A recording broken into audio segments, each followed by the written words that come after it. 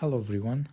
In this lecture, we are gonna start and study the automotive systems.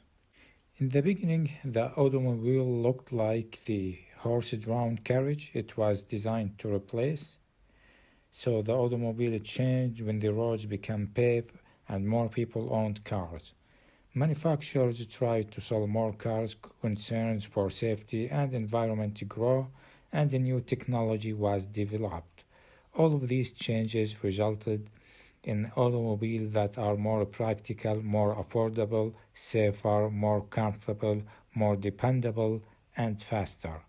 Although many improvements have been made to the original design, the basics of the automobile have changed very little. Nearly all today's cars still use gasoline engines to drive two or more wheels. Steering system is used to control the direction of the car. A brake system is used to slow down and stop the car.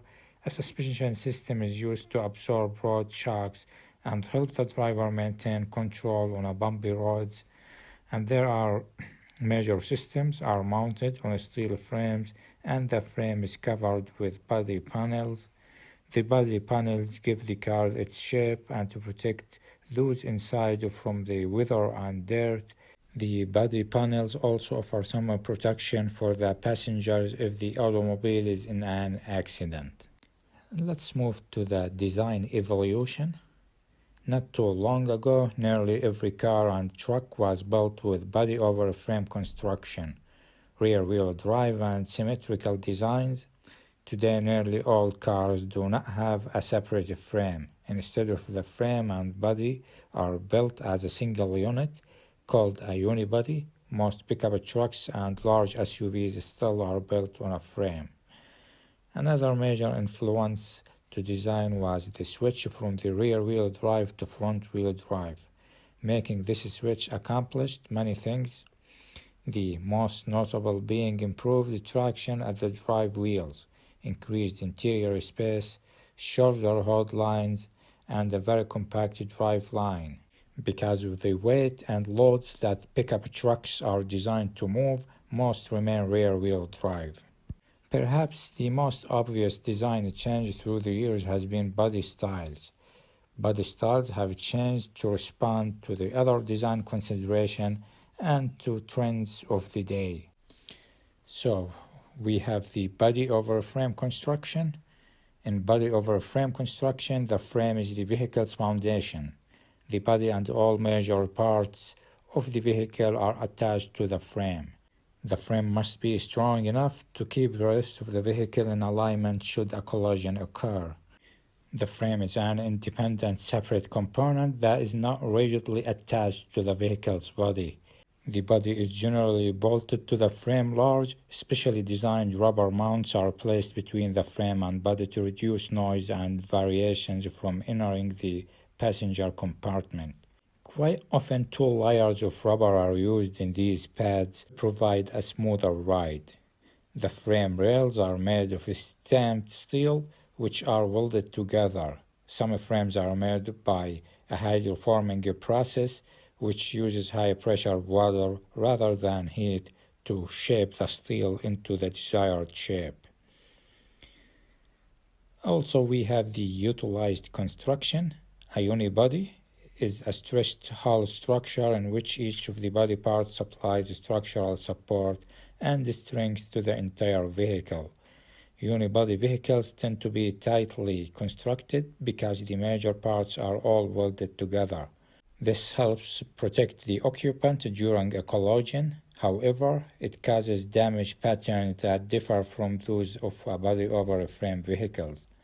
Rather than localized damage, the stiffer sections used in a unibody design tend to transmit and distribute impact energy throughout more of the vehicle. Let's move to the body shapes. Various methods of classifying vehicles exist. Vehicles may be classified by engine type, body frame construction, fuel consumption structure, type of drive, or the classification most common to consumers, which are body shape, seat arrangement, and number of doors. 8 basic body shapes are used today. The first one is the sedan, a vehicle with a front and back seats that accommodates 4 to 6 persons, is classified as either a 2 or 4-door sedan. Often a 2-door sedan is called a coupe. The next shape is the convertibles. Convertibles have a tiny roofs that can be raised or lowered. A few late model convertibles feature a folding middle roof that tucks away in the trunk when it's down. Some convertibles have both a front and rear seats. Those without rear seats are commonly referred to as sport cars. Another shape we have is the liftback or hatchback. The distinguishing feature of this vehicle is its rear luggage compartment. Access to the luggage compartment is gained through an upward opening hatch type door. This design curve can be 3 or 5-door model. The third or fifth door is the rear hatch. Also, another design that we have is the station wagon. A station wagon is characterized by its roof, which extends straight back, allowing spacious interior luggage compartment in the rear. So the rear door, which can be opened in various ways depending on the model, provides access to the luggage compartment. Station wagon typically have 4 doors and can have space for up to 9 passengers. Also, another shape that we have is the pickups. Pickup truck body designs have an open cargo area behind the driver's compartment. There are many varieties available today. There are compact, medium-sized, full-sized, and heavy-duty pickups. They also can be had in 2, 3, or 4-door models. Some have extended cab areas with seat in the back of the front seat. They are available in 2-wheel drive, 4-wheel drive, or all-wheel drive. Also, we have the vans. The van body design has a tall roof and totally enclosed large cargo or passenger area.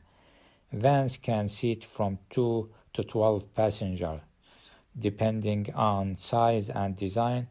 Basically, there are 2 sizes of vans, mini and full size. The most common are minivans. Another shape that we have is the sport utility vehicles or SUVs. SUVs are best described as multi-purpose vehicles that can carry a wide range of passengers. Depending on their size and design, a good majority of SUVs have a 4-wheel drive, although some do not. Most small SUVs are based on automobile platform and take on many different looks and features. Mid-size SUVs are larger and typically offer more features and comfort. There are many large SUVs available.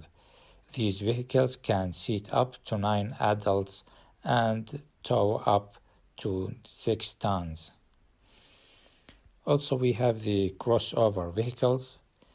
These automobiles look like an SUV but are built lighter and offer fuel efficiency.